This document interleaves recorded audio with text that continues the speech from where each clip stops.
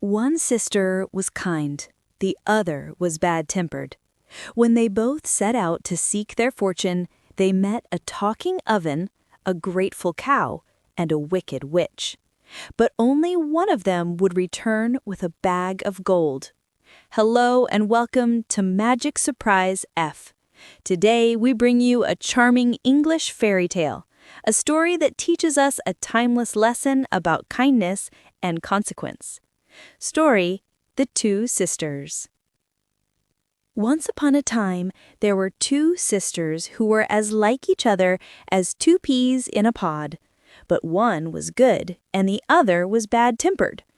Now their father had no work, so the girls began to think of going to service. "I will go first and see what I can make of it," said the younger sister, ever so cheerfully. "Then you, sis, can follow if I have good luck." So she packed up a bundle, said goodbye, and started to find a place. But no one in the town wanted a girl, and she went farther afield into the country. And as she journeyed, she came upon an oven in which a lot of loaves were baking. Now as she passed, the loaves cried out with one voice, little girl, take us out! Please take us out! We have been baking for 7 years, and no one has come to take us out. Do take us out, or we shall soon be burnt." Then, being a kind, obliging little girl, she stopped, put down her bundle, took out the bread, and went on her way, saying, "Now you will be more comfortable." After a time, she came to a cow lowing beside an empty pail, and the cow said to her, little girl, milk me! Please milk me! 7 years have I been waiting, but no one has come to milk me." So the kind girl stopped, put down her bundle, milked the cow into the pail, and went on her way saying, "Now you will be more comfortable."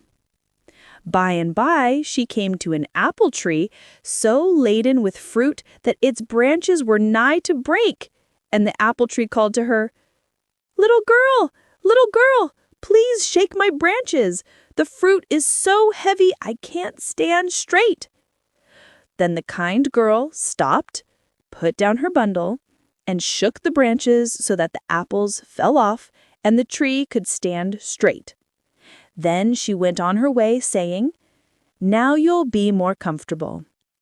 So she journeyed on till she came to a house where an old witch woman lived. Now this witch woman wanted a servant maid and promised good wages. Therefore the girl agreed to stop with her and try how she liked service.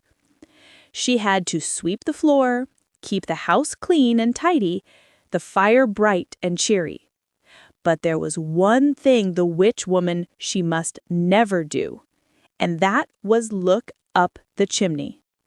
Well, if you do, something will fall down on you and you will come to a bad end. A kind girl and the service of a wicked witch who eats boiled babies for supper? What could possibly go wrong? Before she peeks up that forbidden chimney, we have a small request. If you're enjoying this enchanting tale, please take a moment to subscribe to Magic Surprise F. Your support helps us share more magical stories from around the world. Now, let's see what falls down that chimney. Well, the girl swept and dusted and made up the fire, but ne'er a penny of wages did she see. Now the girl wanted to go home as she did not like witch service, for the witch used to have boiled babies for supper and bury the bones under some stones in the garden. But she did not like to go home penniless, so she stayed on, sweeping and dusting and doing her work just as if she was pleased. Then one day, as she was sweeping up the hearth, down tumbled some soot, and, without remembering she was forbidden to look up the chimney, She looked up to see where the soot came from, and lo and behold, a big bag of gold fell plump into her lap.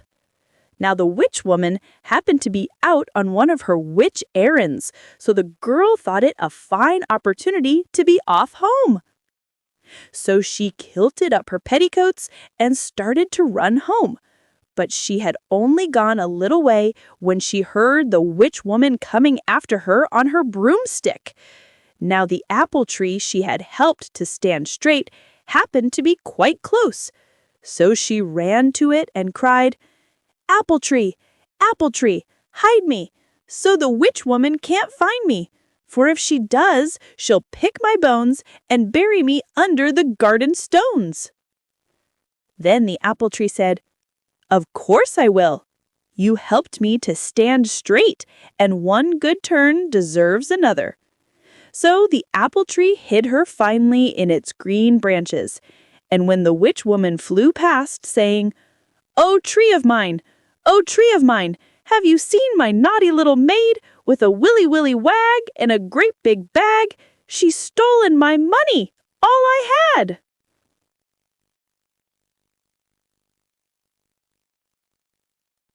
The apple tree answered, "No, mother dear, not for 7 year." Then the witch woman went on in the wrong direction, and the girl got down, thanked the tree politely, and started again. But just as she got to where the cow was standing beside the pail, she heard the witch woman coming again. So she ran to the cow and cried, "Cow, cow, please hide me, so the witch woman can't find me. If she does, she'll pick my bones and bury them under the garden stones." Then the cow said, "Certainly I will. Didn't you milk me and make me comfortable? Hide yourself behind me, and you'll be quite safe." And when the witch woman flew by and called to the cow, "Oh, cow of mine! Oh, cow of mine! Have you seen my naughty little maid with the willy wag and a great big bag? She's stolen my money, all I had." She just said politely, "No, mother dear, not for 7 year." Then the witch woman went on in the wrong direction, and the girl started afresh on her way home. But just as she got to where the oven stood, she heard that horrid old witch coming behind her again. So she ran as fast as she could to the oven and cried, oh, oven, hide me, so as the witch woman can't find me. For if she does, she'll break my bones and bury them under the garden stones." Then the oven said, "I'm afraid there is no room for you, as another batch of bread is baking, but there is the baker. Ask him." So she asked the baker, and he said, "Of course I will. You saved my last batch from being burnt, so run into the bakehouse. You'll be quite safe there, and I'll settle the witch for you." So she hid in the bakehouse, only just in time, for there was the old witch calling angrily, "Oh, man of mine! Oh, man of mine! Have you seen my naughty little maid with a willy wag and a great big bag, who's stolen my money, all I had?" Then the baker replied, "Look in the oven. She may be there." And the witch alighted from her broomstick and peered into the oven, but she could see no one. "Creep in and look in the farthest corner," said the baker slyly. And the witch crept in when, bang! He shut the door in her face, and there she was roasting. And when she came out with the bread, she was all crisp and brown and had to go home as best she could and put cold cream all over her. But the kind, obliging little girl got safe home with her bag of money. Now the ill-tempered elder sister was very jealous of this good luck and determined to get a bag of gold for herself. So in her turn, she packed up a bundle and started to seek service by the same road.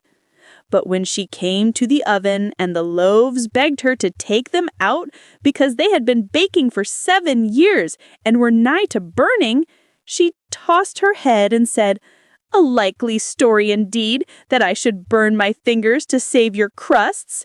No, thank you."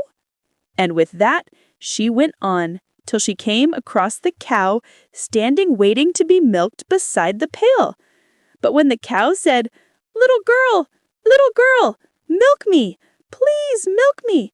I've waited 7 years to be milked," she only laughed and replied, "You may wait another 7 years for all I care. I'm not your dairy maid." And with that, she went on till she came to the apple tree, all overburdened with its fruit. But when it begged her to shake its branches, she only giggled and, plucking one ripe apple, said, "One is enough for me. You can keep the rest yourself." And so for a long time she never went out of the house. Thus the ill-tempered sister never had a chance of looking up the chimney, as she had meant to do at once. And she had to dust and clean and brush and sweep ever so hard until she was quite tired out. But one day, when the witch woman went into the garden to bury her bones, she seized the moment, looked up the chimney, and, sure enough, a bag of gold fell plump into her lap. Well, she was off with it in a moment, and ran till she came to the apple tree, when she heard the witch woman behind her. So she cried as her sister had done, apple tree, hide me, so the old witch can't find me, for if she does, she'll break my bones or bury me under the garden stones." But the apple tree said, "No room here, I've too many apples." So she had to run on, and when the witch woman on her broomstick came flying by and called, "Oh, tree of mine, have you seen a naughty little maid with a willy wag and a great big bag who's stolen my money, all I had?" The apple tree replied, "Yes, mother dear, she's gone down there." Then the witch woman went after her, caught her, gave her a thorough good beating, took the bag of money away from her, and sent her home without a penny payment for all her dusting and sweeping and brushing and cleaning. And so the two sisters each found the fortune they deserved. A tale that reminds us, what goes around comes around. We hope you enjoyed this wonderful fairy tale, The Two Sisters. If you love classic stories that teach timeless lessons, please show your support by subscribing to our YouTube channel, MagicSurprise F. Remember to click the bell icon so you're notified of all our new stories. A like, a comment, and a share with your friends and family would mean the world to us. Let us know which classic fairy tale you'd like to hear next. Thank you for listening, and we'll see you again with another fairy tales and short stories for children.